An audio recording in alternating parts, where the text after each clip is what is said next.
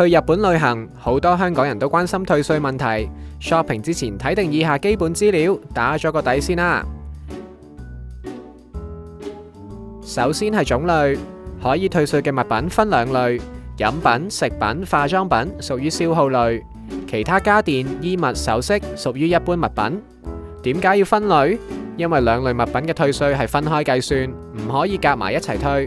消費類稅前要買滿5000 yen，而一般物品類以前就要買滿1萬 yen。不過今年5月1號起，日本推出新制，降低門檻去到5000 yen，又大條道理去 shopping。咁邊度買嘢有得退？商店通常會有海報或者 logo 標明，上網都 check 到全日本退稅店嘅資料。瘋狂 shopping 完之後，退稅要即日即場處理。去到退稅櫃位，記住帶齊3樣嘢：護照、收據、你嘅戰利品。過程非常簡單，唔識日文都冇問題，只係需要簽個名就拎到錢。護照上呢張清單，海關會喺出境嘅時候搣走。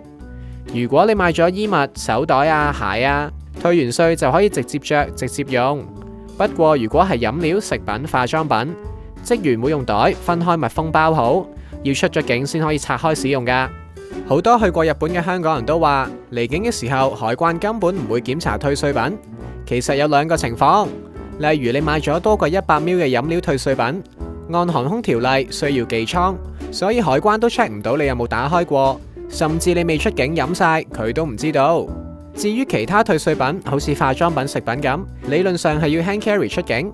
我哋喺九州最大嘅福岡機場試下實際情況。安檢後過關前，有個 counter 有職員坐喺度，如果有退稅品清單，遊客要主動交回。不過其實你自己搣走清單，直行直過，佢都冇你符。其實頭先過關之後咧，佢就收咗我哋嗰張免稅物品嗰張紙啦。咁但係收完之後，佢係完全冇 check 到嗰啲貨品嘅。咁所以理論上嚟講咧，其實你拆開咗嗰個袋咧，用咗嗰啲消耗品咧，佢係都係唔會知嘅。不過因為日本人咧係十分守信用嘅民眾，咁所以我哋都要好好學習。係。雖然就唔會 check，不過建議大家都係手持消耗品出境，唔好寄倉。如果真係被抽檢，又拎唔出嚟或者拆開咗，有可能要補交返8% 消費稅㗎。